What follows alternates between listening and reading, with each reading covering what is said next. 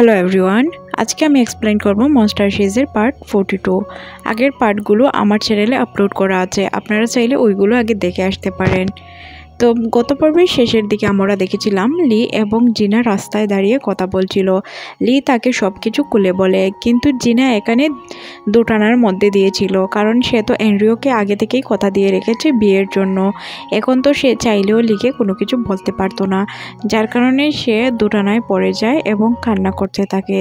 সে তো অ্যান্ড্রিওকে কথা দিয়েছে, তাই অ্যান্ড্রিওকে ছাড়তেও পারবে না এবং লিয়ের সাথে থাকতেও পারবে না।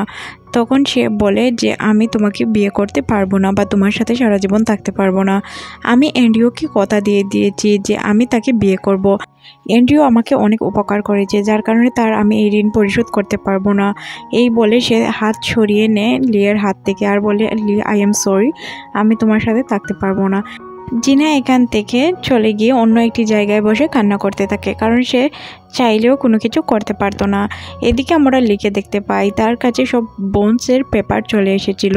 সে ওই পেপারগুলো নিয়ে অ্যান্ড্রিওকে কল করে, কিন্তু অ্যান্ড্রিও কল রিসিভ করে বলে যে দেখা করার জন্য আমার কাছে আসতে হবে, আমি কোথাও যেতে পারবো না, তোমাদের যদি প্রয়োজন থাকে তোমরা চলে আসো। এইভাবে সে কথা বলছিল, কারণ তাকে যে বলেছিল ওই বোনগুলো একটি যত টাকা আমাদের কোম্পানি এনেছি অত টাকা যদি আমরা আবার কোম্পানিতে লাগিয়ে নেই তাহলে লিয়ের বনগুলোর কোনো ভ্যালু থাকবে না। অ্যান্ড্রিও তখন বলে যে অতগুলো টাকা আমরা কোথায় পাবো। যে বলে আমার কোম্পানিতে যে টাকা আছে ওই টাকাগুলো কাজে লাগিয়ে নিব। অ্যান্ড্রিও বলে এখানে তো 2 বিলিয়ন আছে। তখন সে বলে এই 2 বিলিয়ন দিয়ে আমি 5 বিলিয়ন টাকা আনতে পারবো। এতে অ্যান্ড্রিও রাজি হয়ে যায়। এই কারণ ছিল যে সে লিকে আসতে বলেছিল, সে গিয়ে দেখা করতে পারবে না। তখন আমরা দেখতে পাই সে জিনাকে কল করে ডাকে, কারণ লিগ্যাল অ্যাডভাইজার হিসাবে জিনার প্রয়োজন ছিল। এখানে জিনা আর অ্যান্ড্রিও এসে বসে যায়। তখন লিয়ের টিম চলে আসে এবং তারা ওই বোনসের পেপারগুলো তাকে দিয়ে দেয়। সে ওই বোনসের পেপারগুলো হাতে নিয়ে ছিঁড়ে ফেলে, বলে এই বোনসগুলোর কোনো প্রয়োজন নেই আমার। এখানে লি বুঝে যায় যে সে জেজের সাথে মিলে আছে। তখন সে বলেই দেয়, তুমি কি জেজের সাথে মিলে আছো? তখন অ্যান্ড্রিও কিছুটা চিন্তিত হয়ে পড়ে, কারণ জিনার সামনে লি এইভাবে কথা বলছে, যদি জিনা বুঝে যায় তাহলে তার জন্য এটা প্রবলেম হয়ে দাঁড়াতে পারে। এদিকে আমরা লিকে অনেক চিন্তিত দেখতে পাই। তারা মনে করে হয়তো তাদের এই প্ল্যানটাও আনসাকসেস হয়ে গিয়েছে। তখন মজু বলে, স্যার চিন্তার কোনো কারণ নেই, এটা কোনো বড় ব্যাপার না, আমি এটাকে ম্যানেজ করে নিব। এটা বলে তারা এখান থেকে চলে যায়। অন্যদিকে আমাদের জিনাকে দেখানো হয়, যে কিনা জেজের অ্যাসিস্ট্যান্টের সাথে দেখা করার জন্য জেলে এসেছিল। তারা যখন দেখা করতে আসে তখন অ্যাসিস্ট্যান্ট বলে, আমাকে খাবারের লোভ বা কোনো কিছুর লোভ দেখিয়ে লাভ নেই। তখন জিনা বলে, তোমার মা হয়তো ভাবছে তুমি ভালো কোনো কাজ করছো, তোমার মা জানে না যে তুমি একজন অপরাধীর সাথে মিলে কাজ করছো। তাই আমি তোমাকে বলছি যে তুমি তোমার মায়ের জন্য হলেও আমাদের কথা শোনো বা আমাদের কথা রাজি হয়ে যাও। তখন জিনা বলে যে এই খাবারগুলো আমরা আনি নাই, এই খাবারগুলো তোমার মা নিজের হাতে তোমার জন্য রান্না করে দিয়েছে। এটা শোনার পর তো সে একটু ইমোশনাল হয়ে যায়। আর তারা যখন চলে যায় সে খাবার খেতে শুরু করে। আর এই খাবার খাওয়ার সিনটা আবার জিনার বন্ধু এসে দেখে বলে যে খাবার খাচ্ছ খেয়ে নাও, কারণ এই খাবারটা তোমার মা পাঠিয়েছে। এটা বলে সে চলে যায়। এখানে আমরা দেখতে পাই সে অনেক বেশি ইমোশনাল ছিল। অন্যদিকে আমরা মজকে দেখতে পাই, যে কিনা চিরাগের কাছে বলছিল তুমি নীলের হয়ে কাজ করছো, নীল কিন্তু নির্বাচন জেতার পর তোমাকে ভুলে যাবে বা সে দলবদল করতে পারে। আর তুমি আমাদের লি স্যারের হয়ে যদি কাজ করো তাহলে তোমার ভালো হবে। লি স্যার অনেক ভালো মানুষ, উনি কখনোই দল বদলাবে না। এটা কিন্তু চিরাগ কোনো কানেই লাগায় না। অন্যদিকে আমরা নাথানকে দেখতে পাই, সে এসে তার মাকে বলে, মা বাবা তো অসুস্থ, কিন্তু আমরা তো বাবার খেয়াল রাখতে পারবো না, কারণ বাবা আমাদের উপর মামলা করে রেখেছে। এখানে অ্যান্ড্রিও খেয়াল রাখতে পারবে না, কারণ সে এখনও আমাদের ফ্যামিলি মেম্বার না। একমাত্র স্যান্ডি আছে যে কিনা বাবার খেয়াল রাখতে পারবে। অন্যদিকে আমরা জিনার ফ্রেন্ডকে দেখতে পাই, যে কিনা অ্যান্ড্রিওকে বলছিল তুমি তো এখনও লিগ্যালভাবে ডোডো কোম্পানি বা তার ফ্যামিলির সদস্য না, যার কারণে তুমি তাদের কোনো সম্পত্তির অংশ পাবে না। আর এখন তো উনি অসুস্থ। এটা শোনার পর অ্যান্ড্রিও অনেকটাই চিন্তিত হয়ে যায়। সে মনে মনে ভাবে যে আমার কাছে তো ওই হ্যান্ড রাইটারটা আছে, যে কিনা বাবার হ্যান্ড রাইটিং কপি করে আমাকে দিয়ে দিবে। আর আমরা এখানে দেখতে পাই যে একটা ওয়াসিয়াতনামা সে তৈরি করেছিল। এখানে সে লিখেছে যে আমি আমার ছেলে মেয়ে কাউকে বিশ্বাস করি না, যার কারণে আমি আমার সব সম্পত্তি অ্যান্ড্রিওকে দিয়ে দিচ্ছি, আর আমার মেয়ে স্যান্ডিকে একটা বাসা দিব, এছাড়া আর কোনো কিছুই না। অন্যদিকে আমরা চেয়ারম্যানের ওয়াইফকে দেখতে পাই, চেয়ারম্যানের ওয়াইফ এবং নাতান স্যান্ডির সাথে দেখা করার জন্য যায়। তারা স্যান্ডিকে বলে যে তুমি একমাত্র মানুষ যে বাবার খেয়াল রাখতে পারবে। তখন স্যান্ডি তার মতো কথা শোনায় আর বলে আমার বাবার খেয়াল আমি রেখে নেব, তোমাদের আমাকে বলতে হবে না, তোমাদের তো খুব ভালো করেই আমি চিনি তোমরা কোন টাইপের মানুষ, আর তোমরা যে আমার বাবার কখনোই খেয়াল রাখোনি এটাও আমি জানি। এটা বলে সে চলে যায়। অন্যদিকে আমাদের জেজেকে দেখানো হয় যে কিনা তার শ্বশুর নীলের সাথে মিটিংয়ে বসেছিল।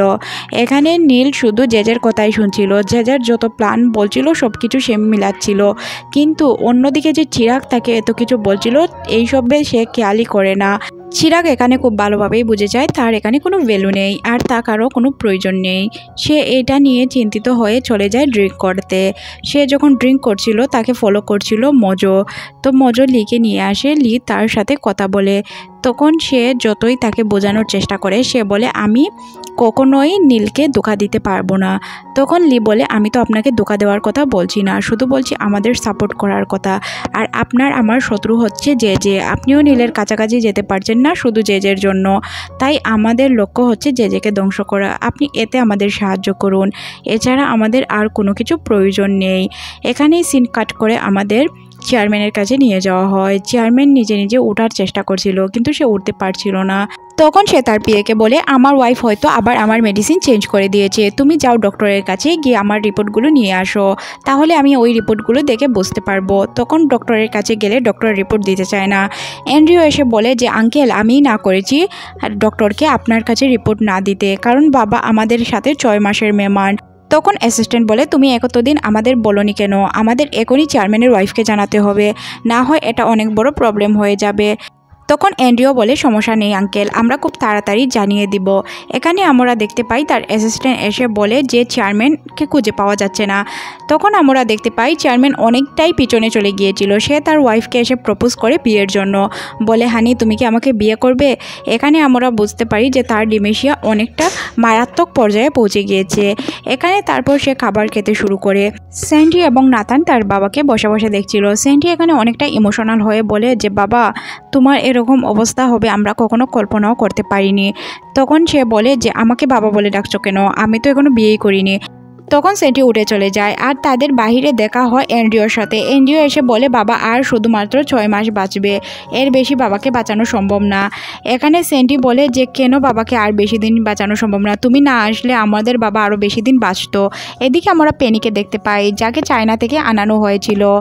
জেজের ওয়াইফ কেমির ফোনে একটি ভিডিও দেওয়া হয় যেটা পেনি এবং জেজের ছিল। এটা দেখার পর সে লিকে কল করে বলে তোমার এইসব ভিডিও দিয়ে আমার কোনো লাভ হবে না, কারণ আমি কখনোই বিশ্বাস করব না, পেনি তো তোমার পাঠানো অ্যাসিস্ট্যান্ট ছিল মাত্র, আর কোনো কিছুই না।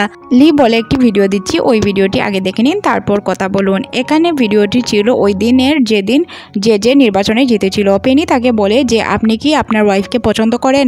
তখন সে বলে অবশ্যই না, আমি তো আমার বিজনেস পারপাসের জন্য তার সাথে বিয়ে করছি বা সম্পর্ক রেখেছি।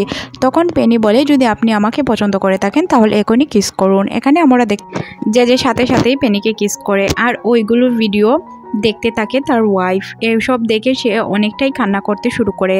পরের সিনে আমরা দেখতে পাই পেনি এবং কেমি দেখা করে। তখন পেনি তাকে বলে যে জেজে হত্যা করিয়েছিল লিয়ের ফ্যামিলিকে, সাথে সে জিনার ভাইকেও মারিয়েছে। এটা শোনার পর কেমি বলে যে তুমি কি যা যা বলছো সব কিছু সত্যি। তখন পেনি বলে যে আমার কাছে সব কিছুর প্রমাণ আছে আর আমি শুরু থেকেই সব কিছু জানি, তাই এই বিষয়ে তোমার সন্দেহ করা উচিত না, আর তোমার বিশ্বাস না হলে আমার কোনো কিছু করার নেই। কেমি পেনিকে প্রশ্ন করে যে তোমার আর জেজের সম্পর্ক কেমন ছিল। তখন পেনি তার কানে কানে কি যেন একটা বলে। পরের সিনে আমরা জেজে এবং কেমিকে দেখতে পাই। কেমি এসে তাকে প্রশ্ন করে তুমি কি কখনো পেনিকে কিস করেছিলে। জেজে না করার সাথে সাথেই কেমি তাকে চড় মারে আর বলে তোমার আসল চেহারা আমার সামনে চলে এসেছে, তুমি লিয়ের বাবা মাকে খুন করিয়েছ, এমনকি তুমি জিনার ভাইকেও খুন করিয়েছ, তোমার সাথে আমার আর থাকা সম্ভব না। তখন জেজে তাকে ব্ল্যাকমেল করতে শুরু করে, বলে তুমি আমার ফার্স্ট ওয়াইফকে মারিয়েছ আর এই মামলাকে দামাচাপা দিতে আমার কি কি করতে হয়েছে তা আমি খুব ভালো করেই জানি।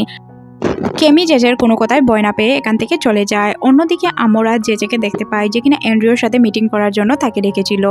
জেজে এখানে অ্যান্ড্রিওকে বলে নীলের বিরুদ্ধে তোমার কাছে কিছু প্রমাণ আছে যেগুলো একটি সিক্রেট ফাইলে রাখা, ওই ফাইলটা তুমি আমাকে এনে দিবে। তখন অ্যান্ড্রিও বলে এই ফাইলটি আমি তোমাকে কেন এনে দিব, আর তোমার এখন নীলের সাথে কেন শত্রুতা তৈরি হয়েছে বা কিভাবে তৈরি হয়েছে।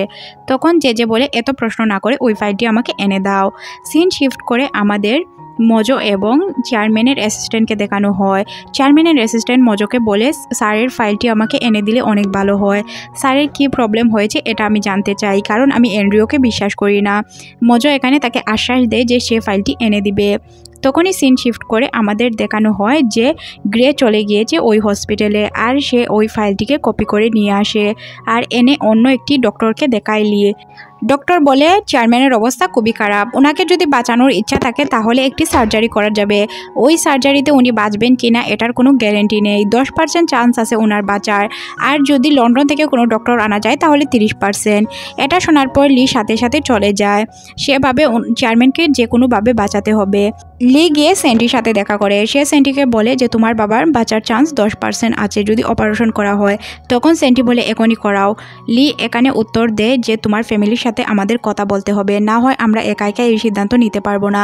অন্যদিকে চেয়ারম্যান এবং পিএকে দেখানো হয়, তাদের মধ্যে কিছু কথা হয়, এই কথাগুলো আমাদের এখন শোনানো হয় না। সিন শিফট হয়ে ওই মিটিং রুমে নিয়ে যাওয়া হয় যেখানে সবাই উপস্থিত হয়। জিনাও এখানে ছিল কারণ সে এই কোম্পানির লিগ্যাল অ্যাডভাইজার ছিল। সেন্টি আসার সাথে সাথেই তার বাবার সাথে কথা বলে। এখানে আমরা দেখতে পাই যে পিএ চেয়ারম্যানকে কি বলেছিল। পিএ বলেছিল যে কে আপনাকে কতটুকু চায় এটা আপনিও জানেন না, আমরাও জানি না, যার কারণে আপনাকে একটি অভিনয় করতে হবে, আপনি কোনো কথা বলতে পারবেন না। আপনার হাতে 6 মাস সময় আছে, যদি একটি অপারেশন করানো হয় হয়তো আপনি আরও বেশি দিন বাঁচতে পারেন, এর জন্য সবার অনুমতি প্রয়োজন।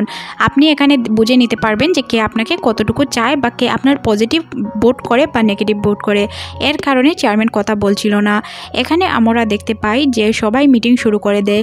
সেন্টি তো তার বাবাকে বাঁচানোর জন্য একরোখা কথা বলতে থাকে যে যে কোনো ওয়েতে আমার বাবাকে বাঁচাতে হবে, কিন্তু এখানে সবাই নেগেটিভ আনসার দেয়, বলে 10% চান্স আছে, এখানে বাঁচানোর কি আছে বা এই অপারেশনটি করে কি লাভ হবে।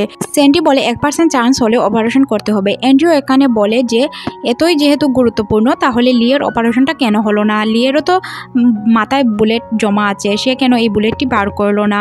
তখন এখানে আমরা দেখতে পাই লি উত্তর দেয়, আমার যদি বাঁচার 1% চান্সও থাকতো তাহলে আমি অবশ্যই অপারেশনটি করাতাম, আমার অপারেশন করলে বাঁচার 1% চান্সও নেই, যার কারণে আমি অপারেশনটি করতে চাই না। সবাই এখানে মোটামুটি না বোধক উত্তর দেয়, তারা কেউই তার বাবার অপারেশন করাতে চায় না। লি এখানে বলে যে বাইরে থেকে ডক্টর এনে অপারেশনটি করালে ওনার বাঁচার চান্স 30% আছে, তাহলে আমরা কেন এই অপারেশনটি করব না। এখানে সবার কথা শুনে বোঝা যায় যে কেউই এই অপারেশনের পক্ষে ছিল না, সবাই এই অপারেশনের বিপক্ষে ছিল। অযথা কেন টাকা নষ্ট করবে, এখানে একমাত্র সেন্টিই ছিল, সে তার বাবাকে বাঁচানোর জন্য আপ্রাণ চেষ্টা করছিল। নীল এখানে তার নির্বাচনের চাল চালে, বলে আমরা বিপক্ষে আর পক্ষে ভোট দিব, পক্ষে যদি ভোট হয় তাহলে অবশ্যই অপারেশন করাবো, আর বিপক্ষে হলে করাবো না। এখানে আমরা দেখতে পাই সবাই বিপক্ষে ভোট করে, একমাত্র সেন্টি তার বাবাকে অপারেশন করানোর পক্ষে ভোট করে। নীল এখানে বলে বাবা তোমার একলা ভোটে তো কোনো কিছুই হবে না, কারণ সবাই এখানে বিপক্ষে ভোট করেছে, যার কারণে তোমার বাবার অপারেশনটা হতে পারবে না বা এই অপারেশনটি করানো যাবে না।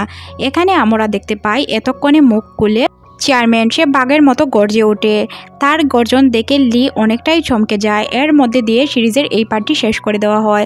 অনেকেই আমাকে কমেন্ট করেছেন 2টি পার্ট একসাথে করে দেওয়ার জন্য, কিন্তু আমার তীব্র মাথা ব্যথার কারণে আমি আজ 2টি পার্ট একসাথে করে এক্সপ্লেন করতে পারছি না। নেক্সট টাইম অবশ্যই চেষ্টা করব। আর প্লিজ আমাকে কমেন্ট সেকশনে জানাবেন ভিডিওটি আপনাদের কেমন লাগলো। আল্লাহ হাফেজ।